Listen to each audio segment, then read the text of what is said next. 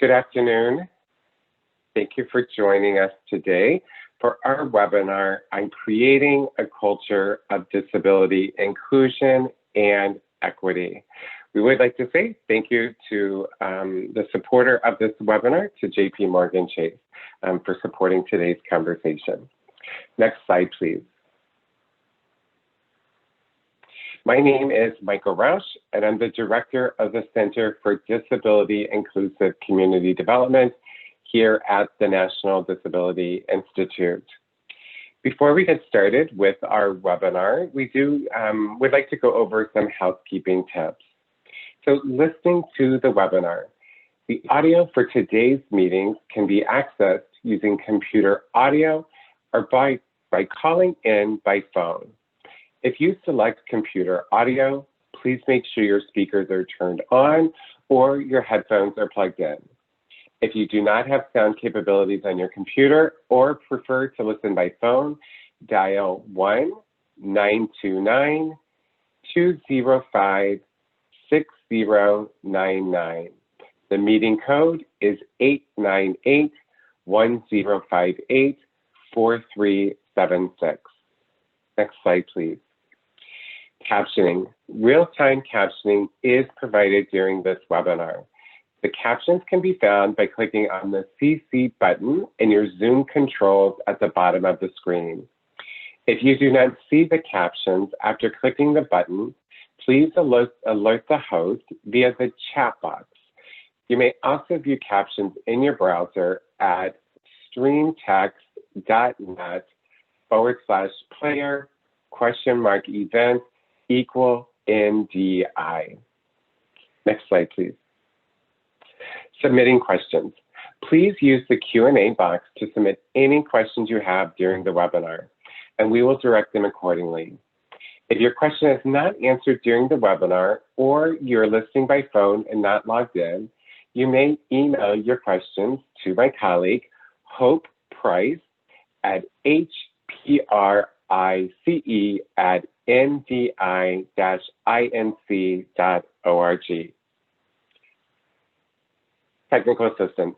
If you experience any technical difficulties during the webinar, please use the chat box to send a message to the NDI host or email Hope Price at hprice@ndi-inc.org. Please note this webinar is being recorded and the materials will be placed on the National Disability Institute website at nationaldisabilityinstitute.org/resources/webinars. Great, thank you. Well, so here's our agenda today.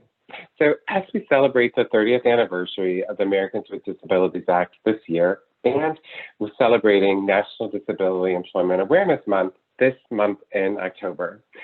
This topic on creating a culture of disability, of inclusion, and equity is an important one and timely, as we really focus on disability inclusion and equity in banking, employment, and community development.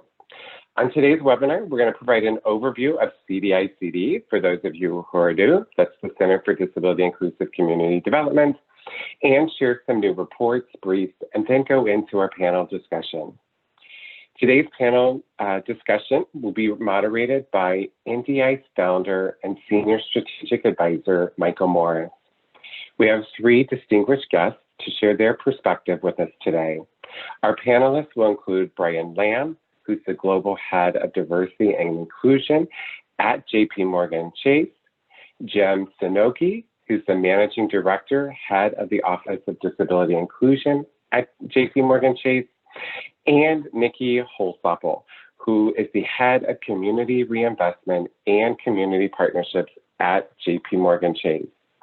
As I mentioned, as we round out the webinar, we'll highlight some tools as well as some upcoming events. Before we get into our panel discussion, though, for those of you who are new to the National Disability Institute, really quickly, we want to share that National Disability Institute, we are a national nonprofit organization dedicated to building a better economic future for people with disabilities. We're the first national organization committed exclusively to championing economic empowerment, financial education, asset development, and financial stability for all persons with disabilities. At NDI, we affect change through public education, policy development, training, technical assistance, and innovative initiatives. Please visit www.nationaldisabilityinstitute.org to learn more. Next slide, please. So at the National Disability Institute, we have the Center for Disability Inclusive Community Development that is managed by NDI, and is working to build the awareness that people with disabilities are a part of all communities, and the needs of disability community need to be a part of all community development activities. Next slide. As we look at disability inclusive community development, it's really assuring that all are included in activities that promote the well-being of a community. To learn more about the Center for Disability Inclusive Community Development, you can go to our website, click on capacity building, and click on disability inclusive community development. Before we get into our panel discussion, we had two important briefs that have come out over the last month, and we just wanted to be able to reference these at the very beginning before our discussion, so you have these resources to have. So first, we put out a new brief on race, ethnicity, and disability, the financial impact of systemic inequality and intersectionality. We hope that you'll take a look at this brief. You can access it on our website at nationaldisabilityinstitute.org under reports, and it will provide a variety of each of our reports. But some of the highlights of this, and one particular that we want to highlight, is across all racial ethnic groups, households with a disabled working age household have lower net worth compared to households without a disability. Here's an important piece for us to look at. Households with householders who are Black and disabled have the lowest net worth of $1,282. Next are households who are Latinx with $13,340. So persons with disabilities who are Black, Indigenous, or Latinx have higher poverty rates than people with disabilities who are white. So again, we hope that you will check out this brief, and in the follow-up email, we will provide the link there as well, and we'll put it in the chat box. Next slide. Thank you. So the next brief that was distributed, I think, last week is the extra cost of living with a disability in the U.S., resetting the policy table. As mentioned, people with disabilities encounter a wide range of out-of-pocket expenses. These expenses can weigh heavily on household finances and increase the risk of poverty. Adults with disabilities experience greater difficulty meeting monthly expenses, saving for the future, and making ends meet. This particular report was supported by the FINRA Foundation and also in partnership with the Stony Brook University School of Social Work and the University of Tennessee College of Social Work. Please take a look at this brief or this report on the extra cost of living with disabilities in the U.S. There's also was a webinar that was done that you can also access on our website. So these are two new reports that came out that we really wanted to make sure to highlight and that you have the information. So with that, now we will go into our panel discussion and really looking at creating a culture of disability inclusion and equity. It's my pleasure to introduce Michael Morris, founder and senior strategic advisor at the National Disability Institute, who will lead the discussion. Michael, I'll turn it over to you. Thank you, Michael. Pleasure to be here. Pleasure to have so many of you joining us from across the country. This is certainly a unique time in American history, not just because we're weeks away from an election, but because we have faced so many substantial challenges related to COVID that are both health and financial challenges, and also in other events, really a deeper, more meaningful focus on issues of race and ethnicity. For us at National Disability Institute, as Michael just shared some of our latest research, we have very keenly dug deeper into data to look at intersectionality of race, ethnicity, and disability. And we'll be getting into some of those issues today. I'm excited to be moderating this outstanding group of individuals, leaders at JP Morgan Chase. Brian Lamb, Global Head of Diversity and Inclusion. Jim, boy, now I'm going to mess up the pronunciation of your name after practicing. Sanaki, Head of the Office of Disability Inclusion, and Nikki Hassapol, I probably messed that up too, my apologies, Head of Community Reinvestment and Community Partnerships.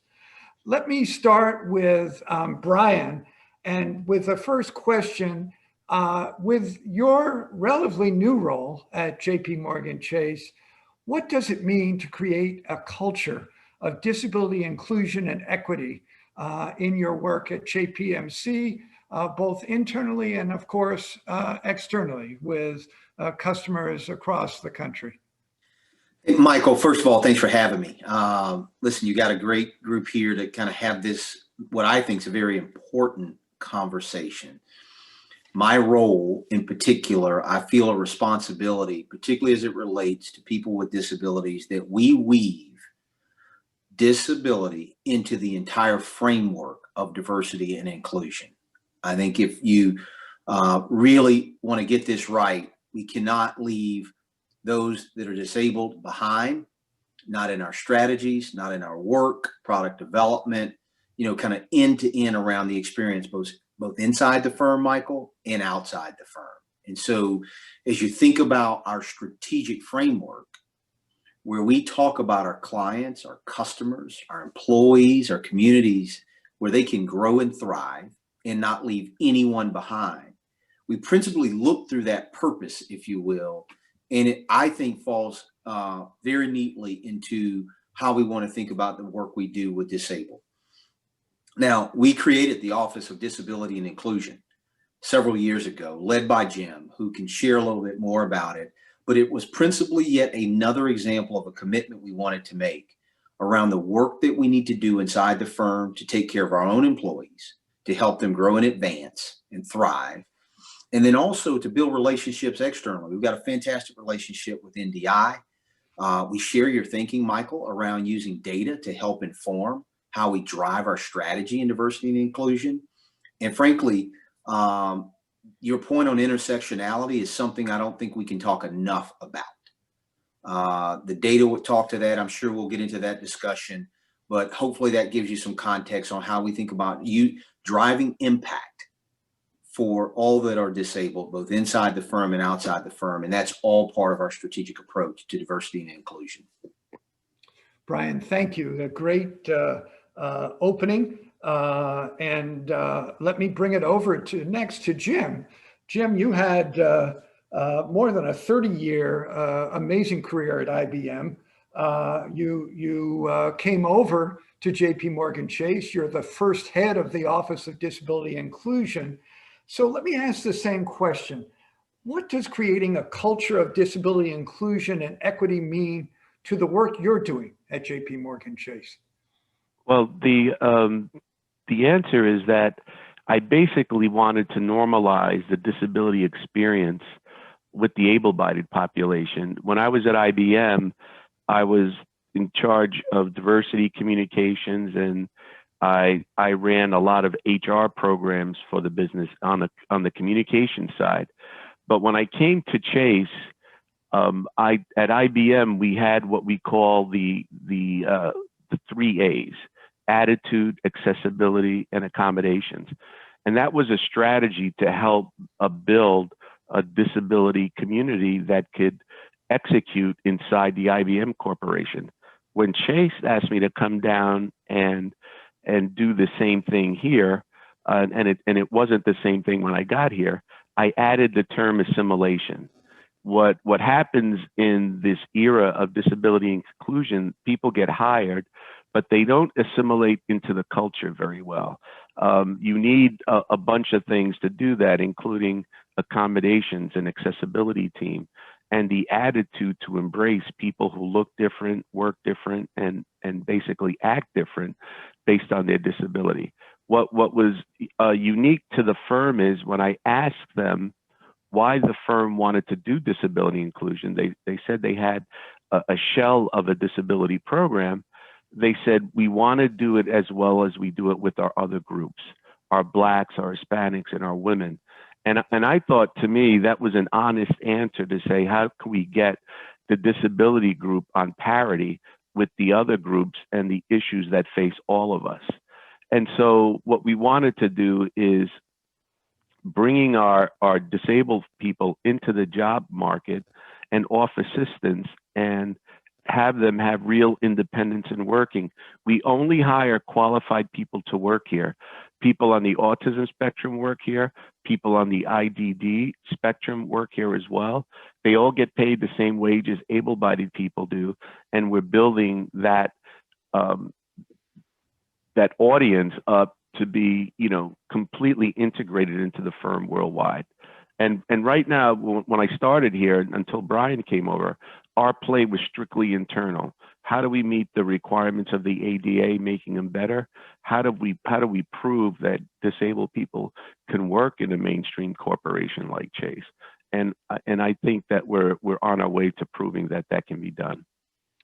Fantastic. Thank you, Jim. Let me turn to Nikki, and you have a very big responsibility at JPMC over both community partnerships and implementation, execution of Chase's Reinvestment Act, Community Reinvestment Act activities. So let me ask you the same question. In your role, what does creating a culture of disability inclusion and equity mean to the work you're doing at JP Morgan Chase? Absolutely. And I join my colleagues in thanking you for putting together this webinar. It's just fantastic. Building financially inclusive communities requires promise, dedication, and innovation, and we are proud to be a leader in this effort. When we think about Community Reinvestment Act, it really requires understanding unique needs of the communities we serve, which all begins with listening. And as we've heard in the short minutes as we've begun, there are unique challenges for this community. We want to make sure that we are at the table to understand what those are so we can be responsive. We've hosted a wide range of disability summits, roundtable discussions, and financial education classes across the country, where we've invited consumers, nonprofits, service providers to the table to have a host of robust discussions about what those challenges really are. But we know the work doesn't stop there. The real work is being relentless in ensuring that individuals across the spectrum are part of financially inclusive communities. When communities thrive, we all win, and figuring out those answers is so very important. Thank you, Nikki. Let me come back to Brian. Again, as I opened with my remarks, this is maybe the hottest topic today around not just using the words diversity and inclusion, but really operationalizing them in so many new ways. With your role as head of diversity and inclusion, often disability is left out.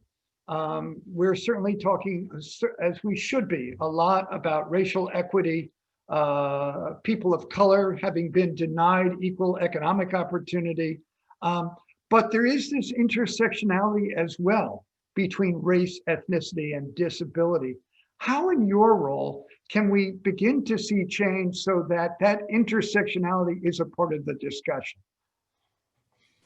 So Michael, I think you hit it head on, right? Like, I mean, you all have done the research, the data is fairly compelling, that when you look at the intersectionality in many cases, most of the cases in the data that NDI has been able to share, that whether it's Blacks, Hispanic and Latino, women in some cases, of course, as well, are disproportionately impacted with regards to equitable opportunities, income, net worth, and wealth. When you overlay that with the disabled population, the challenge is magnified, right, Michael? I mean, you start to see the challenges in many cases get worse. And so I frankly find it really hard to leave disabled behind. I'm just not sure strategically how you can do that and really deliver on your commitment to create a more inclusive experience for employees inside the firm.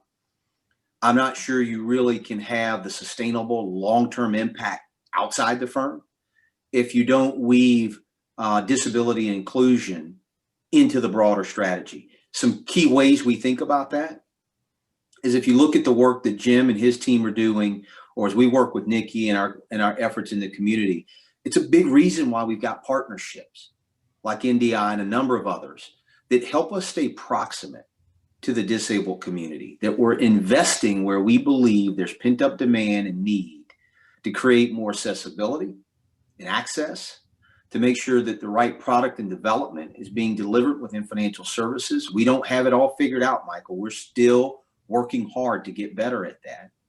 And then the other reason I would tell you partners are very important is we are listening to you. We are listening to the feedback. We're listening to the data and the research that you share. And that helps guide where we spend our time, right? How do we make sure we bring employees into the organization and make sure we accommodate them as quickly as possible? We're chasing after that every day to get better. How do we make sure in the community with regards to creating opportunities for disabled business owners, Michael, where they can do business, not just with JP Morgan Chase, but we've built capacity so that they can do business with companies around the world.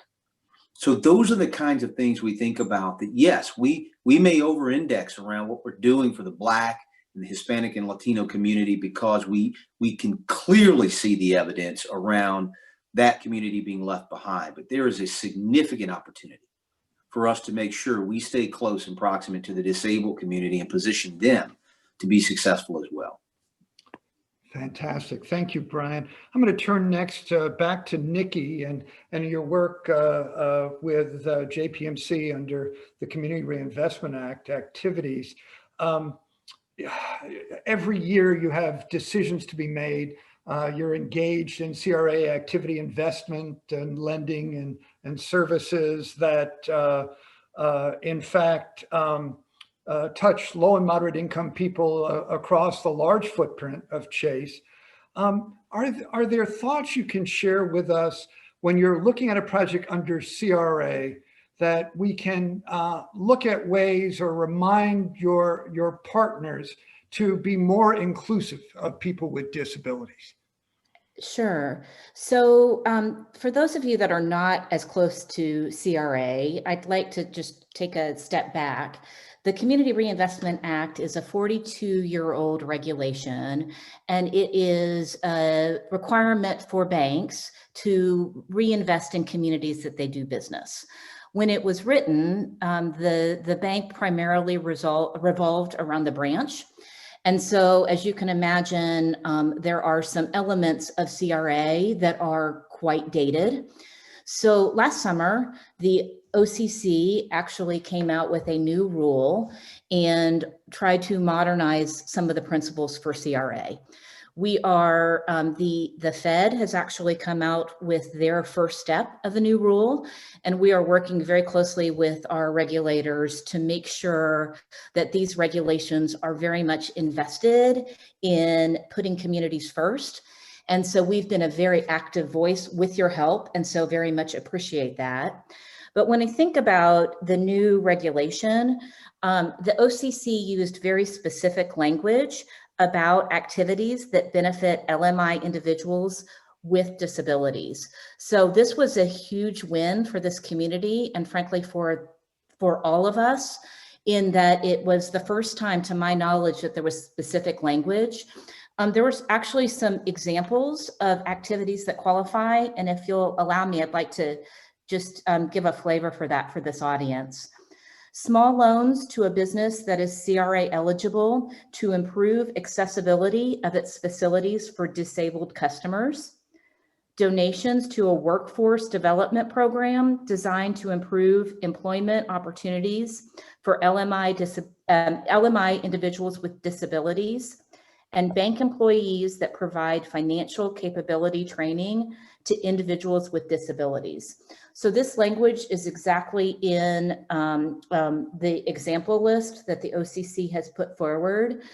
I think our hope and our belief are these examples are going to inspire not only these activities, but other that are like it, because we have a chance to work with our regulators and add additional activities to the list for qualification for CRA purposes.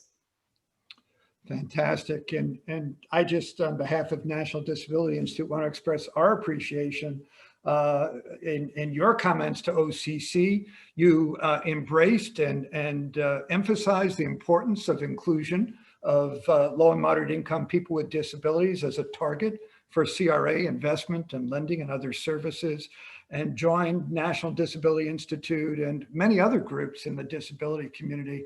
And now we have it in final rule. And as you mentioned, we're hopeful that this will become a part of final rules to be issued by the Federal Reserve and also down the road by FDIC. Let me go to Jim. You have done a great job of bringing about more employees with disabilities to the JP Morgan Chase workforce. You mentioned some of that in your answer to the previous question. I want to shift you a little bit. How can Chase do more for its own employees and customers with disabilities that advance products and services that improve their financial health, stability, and security? That's a mouthful, as you know. On the one hand, we've got, and it's obvious to me, and I'm sure to you once I say it, all of our employees have excellent benefits plans here, 401k opportunities, a terrific healthcare plan. I buy my wheelchairs through the healthcare plan, for example, and other things that we need. They have access to outside health and mental health services. Inside the firm, we do talk about mental health. We talk about disability inclusion around the world.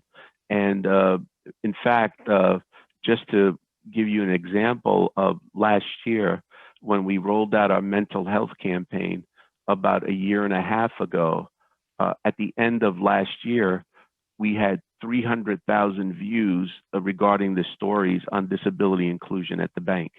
The interesting thing about those view hits on our websites is that we have about 250,000 employees at any one time. And I know that we don't have 250,000 disabled people, but we work to change the culture when we talk about mental health and disability inclusion and showcase these employees that work in different jobs. For example, we did promote just about 6 months ago a person on the autism spectrum in England to vice president. So we not only look at changing our culture and making it feel smaller, as Robin Leopold, our HR leader, once told us. She goes, Jim, the company is feeling smaller based on this work with disability inclusion. And so I think we've got sort of like a more collaborative play to this, where disability is becoming more noticeable. And I want to say friendly, but that's the wrong word. But people are not as afraid of our disabled colleagues as they probably once were, at least in my history of being disabled for almost 40 years, as I am. So I see that all changing. Part of that is that when I was asked to join the firm, I signed up to build an accommodations team here. So for example, our accommodations team helps people with any kind of disability get the right accommodation to help them to do their job at the bank. And I'm very proud that we had 20,000 accommodations done in the last 3 years that we've been here. Now, you know, about a quarter of those were technology things, developing systems to people, laptops, in order to let them, you know, access all of our applications in the business, including expense accounts, you know, recording time, opinion surveys, things like that. On the other hand, the other part had to do with ergonomic furniture based on the OSHA. And you could see that ergonomically, our firm provided those tools as well. So our company is very holistic when it comes to this.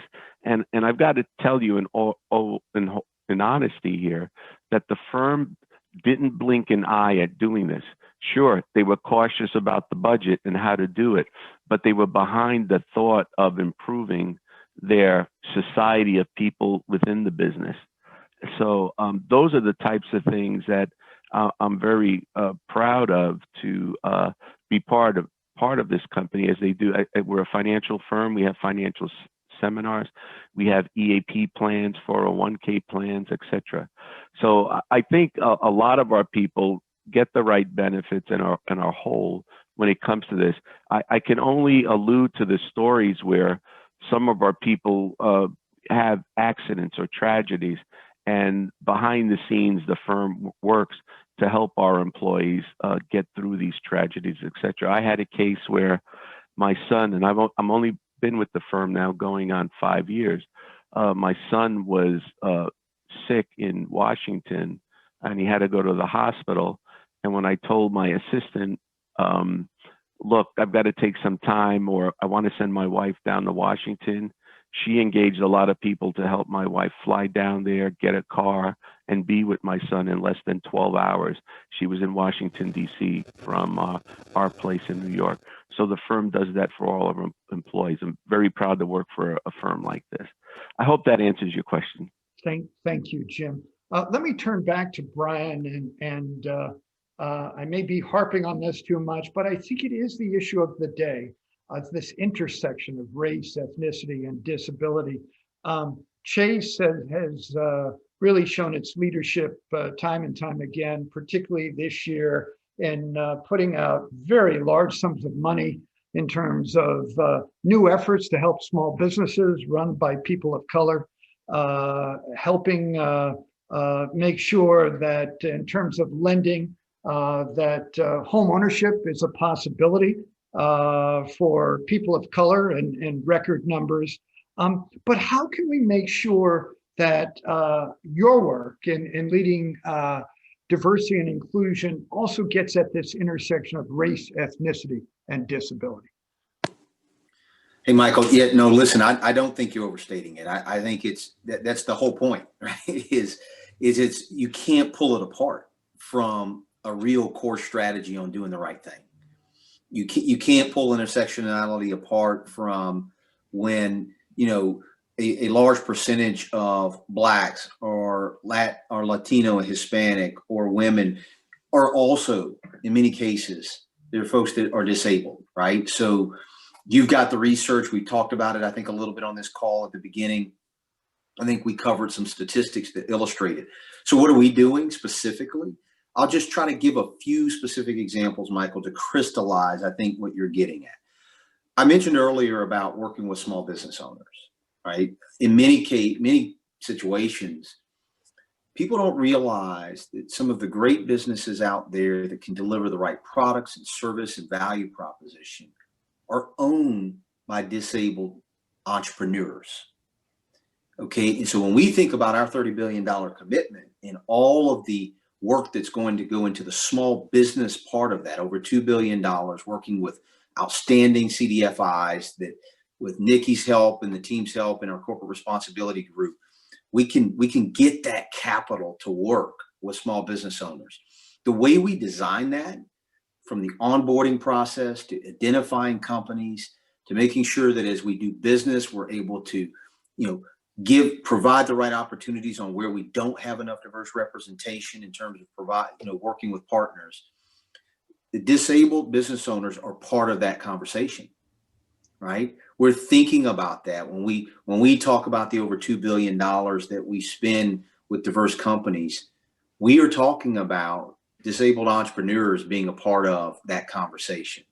So that's a very specific example where when we're putting in process changes, we're improving the onboarding experience, we're seeking out diverse businesses. That intersectionality is a great opportunity for us, including when we begin to work with CDFIs and other partners and how they partner in the community. One other example, and then I'll pause, is I have you think about, you know, when we work with our employees and we're thinking about upskilling, okay?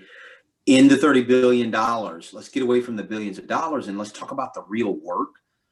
Specifically in the commitment, you would see we talk about upskilling our own employees, investing in them around trade and certifications and degree curriculum, which positions them for the future of work so they can move from a job to a career.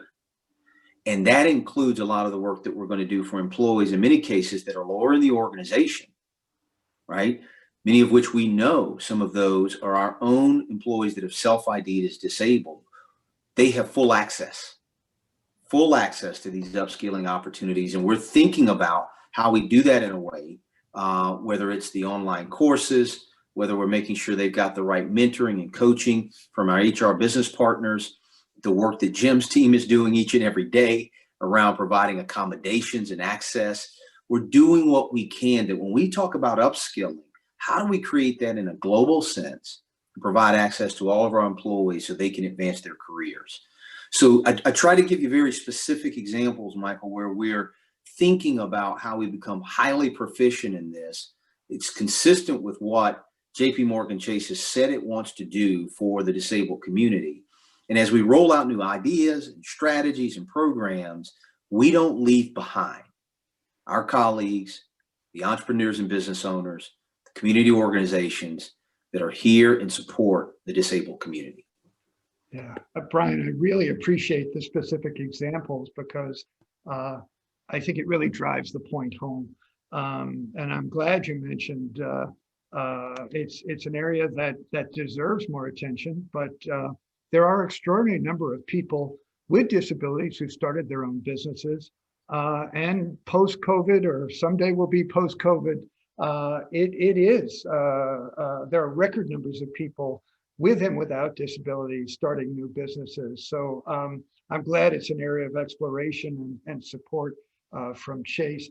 Let me take the same question to you, Nikki. And again, you know, it's an interesting thing. I only have a statistic from about 2 years ago from OCC that approximately across all regulated banks, I believe over $480 billion was expended in meeting and accepting responsibilities under CRA. If you were to think about that, if just 1% of that per year, so that would be a little over $4 billion, was just slightly altered or shifted. It's not just projects exclusive to people with disabilities, but here's really, I think, the question. You work through CRA with so many community partnerships in housing and small business development and in other areas. How can we try to see greater intersectionality so that it's not only related to people of color, but it also gets at the intersection with people with disability? So we've been thinking about that a lot. So thank you for that question. The way Community Reinvestment Act is written, it is very specific to income. As we know, the most vulnerable people in the community are those, and the data shows us, that have this intersection of race or disability. And so when we think about activities that are the most innovative, the most responsive, and the most impactful, it is really targeting these communities. So I think, and the language, and certainly we work with our regulators quite often on making sure that we can evidence that impact. And just a shout out to you and your team. You have been so helpful in advancing our thinking about opportunities that we might have left behind in really targeting these communities. So I really want to thank you for that. Yeah, it is, I think, as all three of you have said, this is a developmental process. I think all of our thinking is evolving, but it's you each have really, in your own words, articulated a kind of new viewpoint, which really is people with disabilities intentionally thinking about are part of big problems, big challenges that communities are facing. And we are very thankful for this level of thinking at Chase. Let me go to Jim and a totally different topic. I know you and I have talked at times about ABLE accounts. For those in the audience may not know what ABLE is, it's Achieving Better Life Experience, a law passed some 5 years ago that allows people to create tax-advantaged savings accounts. Money goes in, it gets invested, it grows.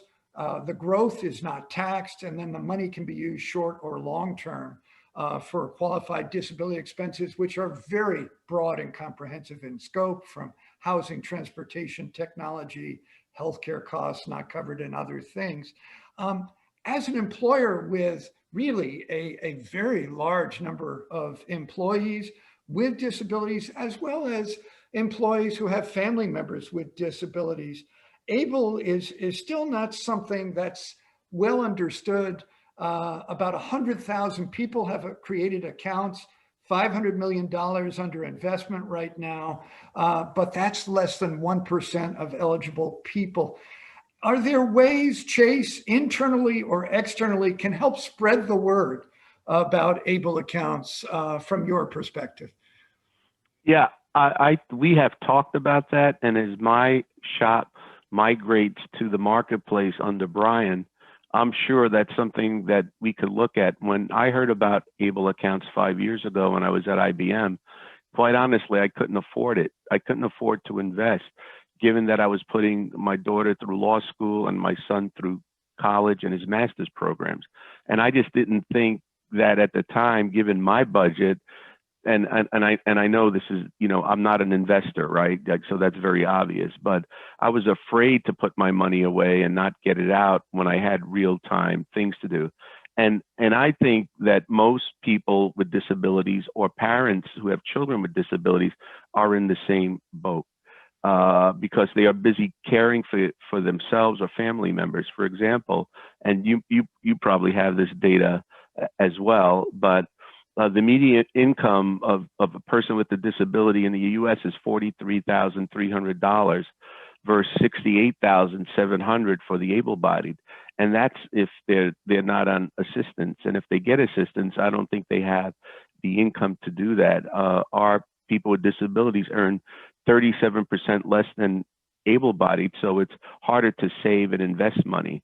And when you have issues around personal health aides coming in to help you, buying a wheelchair that costs anything from $20,000 to $30,000, you're hard pressed to save, and especially when you're on public assistance. The other point to this is that 31.4% people with disabilities are employed. That's of 2018 data. And so I think there's a huge opportunity to leverage ABLE accounts and other products at the bank. And, you know, with Brian's leadership and to be honest with you, our bank is inclined to do more for this community, given their commitment to my office and the things we've done already. So I think that's something that we can do. For example, another idea that we had last year was, as some of you may have known, we opened a deaf accessible branch near Gallaudet University. And we're thinking of ways to expand that around the country in terms of being friendly to get people with disabilities to trust banks and bank more often with us and with other folks. I know Wells Fargo is doing certain things like that, and so is Bank of America. So I think we're getting there and recognizing that the marketplace for people with disabilities is there, and we've just got to continue to cultivate it. And it's going too slow for me, and I'm hoping we could speed it up under Brian's leadership. I don't want to put any pressure on Brian, but I will. I think we're looking at that, and I think it's a good thing to do. But the other part of that, if I just may, I'm putting all this out of order. We've got to teach people with disabilities about wealth management and what that is. We just don't have that education for this group of people, and it's something we got to get familiar with. Thank you, Jim. And, you know, related to that, one of the newest, I guess, activities just announced in probably in the last 2 weeks is, I believe for all JPMC employees, including those with disabilities, you're going to make available financial counseling, which is all about making more informed decisions, better management of money, and better setting of future goals. That's tremendous. And that's going to help all employees, including employees with disabilities. Yeah, one other thing I'd like to mention, if the audience doesn't know this, is that, I've purchased, I stopped driving a few years ago when I retired from IBM, but every time I bought a van, it would cost $50,000 because they had to put in a wheelchair lift and things like that. And then when I put in hand controls, the price went up to $80,000. So if you're a person with a disability or have a child with a disability, your costs go up, triple that would cost anyone to go buy a car or a minivan. And so the savings or buying transportation for your children or your loved one that has a disability, those are the choices that our consumers make. And I think we got to find a better way to help manage that. Yeah, great. Brian, let me come to a very important subject, which gets a lot of our attention at National Disability Institute and at Chase and other banks. And that is that there still are a significant number, millions of people who are unbanked or underbanked. Unfortunately, leading that group in that category are people with disabilities, almost 1 in 2. Although I must say the FDIC, which puts out a report every 2 years, just came out with a report this week. For the first time in more than 6 years, there were some gains made by people with disabilities becoming banked, of course, pre-COVID. But related to your work, I see the bank is definitely focusing on people of color who are unbanked or underbanked. Can that effort also be extended to people with disabilities? Michael, it was designed to really think about people with disabilities, to think about, other diverse communities, and how do we scale our efforts around creating and going after the unbanked and underbanked households, right? So, we talk about wanting to open, over 1 million, checking and savings accounts for underbanked and unbanked households. We're going to do that kind of in a different way, right? These are low cost solutions that we're looking to provide. In a big way, we're trying to do that, which I believe is going to help us with the disabled community, is by putting folks that are proximate to those communities in place. We're going to hire over 150 individuals, of which we in the diversity and inclusion group will be involved in kind of how we think about that. And making sure those individuals are trained and prepared to have the right conversations to help those, including those that are disabled, have access to the solutions that we have in the marketplace. In addition to that, we're going to open community centers. Now, these community centers are really centered around having those right conversations, providing the financial advice that you talked about. It's built for scale, and we'll be going into markets where we believe the research tells us that the disabled, Black, Latinx communities, that's where they are underserved and underbanked. And we believe we're going to be able to get in front of those conversations and make progress, right? So as you think about the commitments that we've made around community centers, around hiring hundreds of individuals that we believe will better understand those communities where individuals are unbanked and underserved, putting people in those markets to get eyeball to eyeball, I call it, just really get close and proximate to have those discussions. The other thing we're going to do is really spend some time on digital solutions and money management tools that we believe will help individuals make better financial decisions. When we do that, Michael, and as we think about the disabled community, Jim and his team are going to be able to talk about that, right? Provide awareness around that, and so that we're not leaving the disabled community behind in that process. So we're not going to develop products. We're not going to really kind of launch ideas unless we've either prepared up front or have a roadmap to make sure that we're including the disabled community. So we're going to get better at that. We work very closely with our technology partners because we know there's a big accommodation feature to that we've got to have in place. So that's how we think about strategically going to market and attacking this issue of underbanked and unbanked, which you and I both know, there is far too many disabled colleagues and friends and neighbors that fall into that category, and we've got to address it. Wonderful. Thank you, Brian. I'm going to go to some of the questions that have come in the chat box. And the first one comes back to you, Nikki.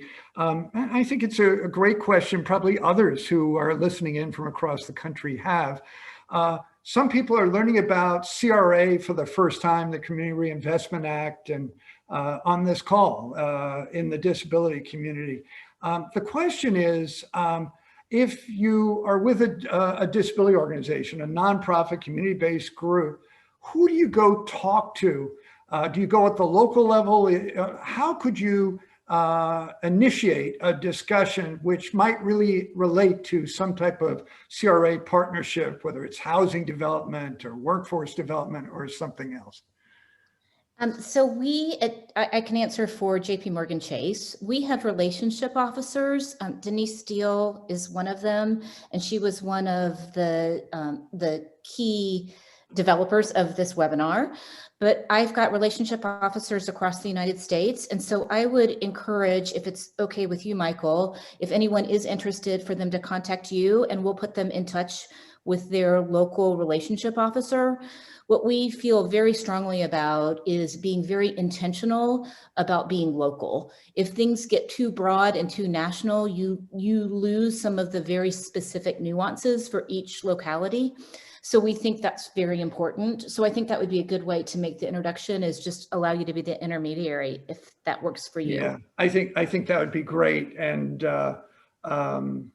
Denise, who we've worked with and has just been outstanding in developing collaborations at a community level in the Midwest, where she is.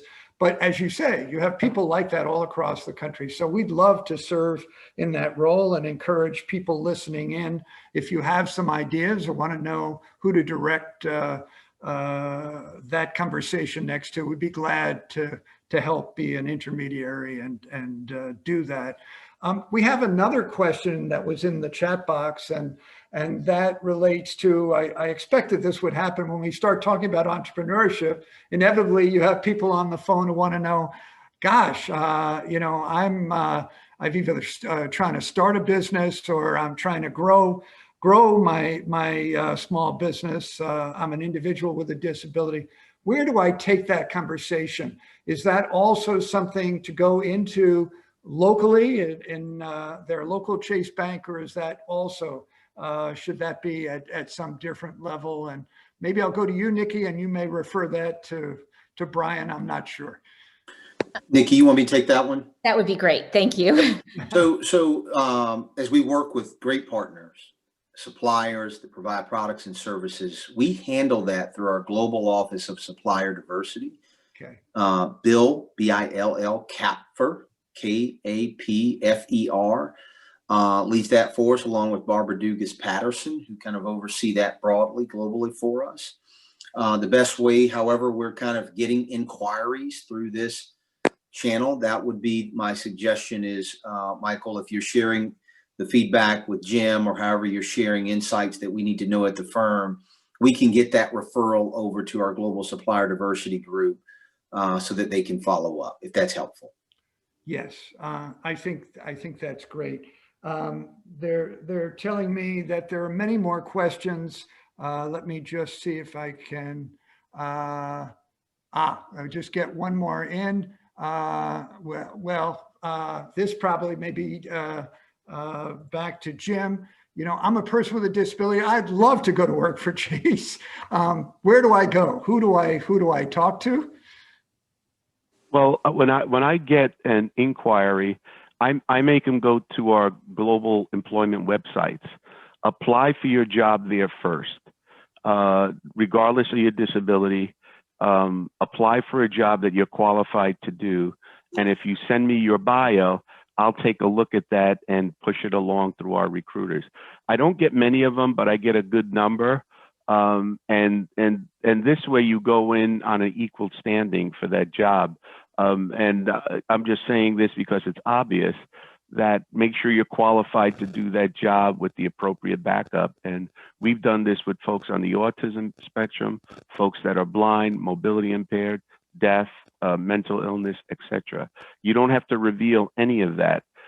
During the process, if you get picked for a job, and we get 50,000 or more applications a year, there's a lot of competition for these jobs, but if you get pulled for an interview, you go through the process like everybody else, which is super, and we will provide an accommodation.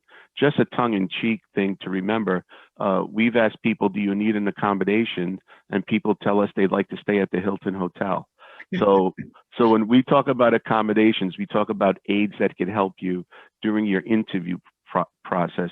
We will provide an interpreter if you don't have one, and we also have an internal captioning team that does captioning for our folks around the world as well. So we're pretty much stocked in a way to help as many people as we can. So we'd welcome your qualifications into our websites. Fantastic.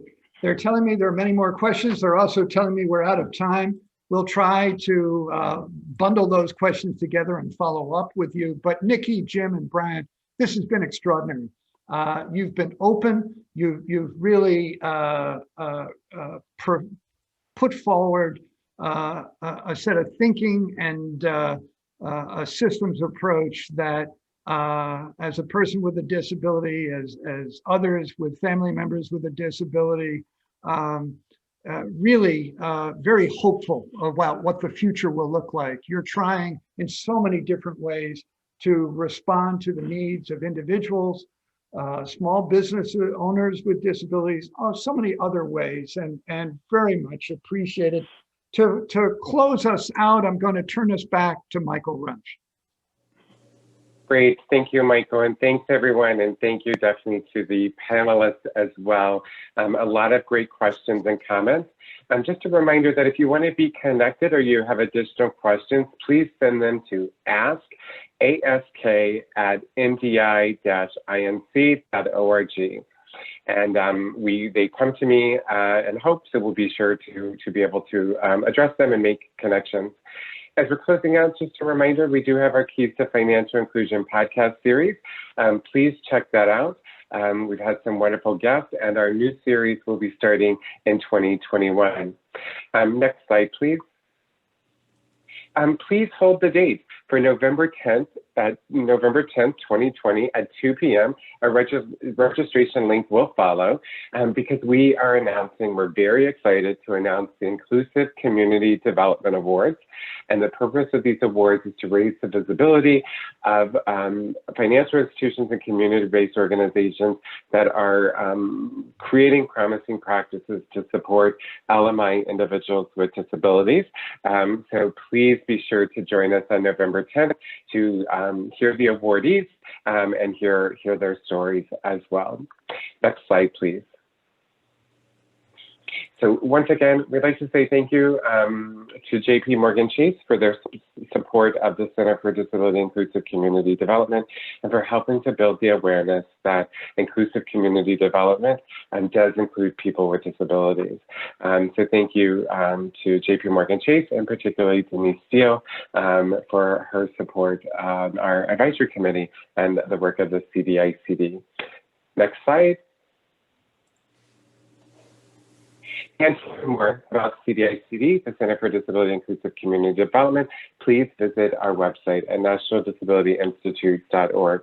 Please note, if your question was not answered, we are going to save the chat box. We'll go through the different items as well as a few questions in the chat bar or the Q&A box, and we will follow up with you on those questions as well. Again, thank you all for joining us this afternoon.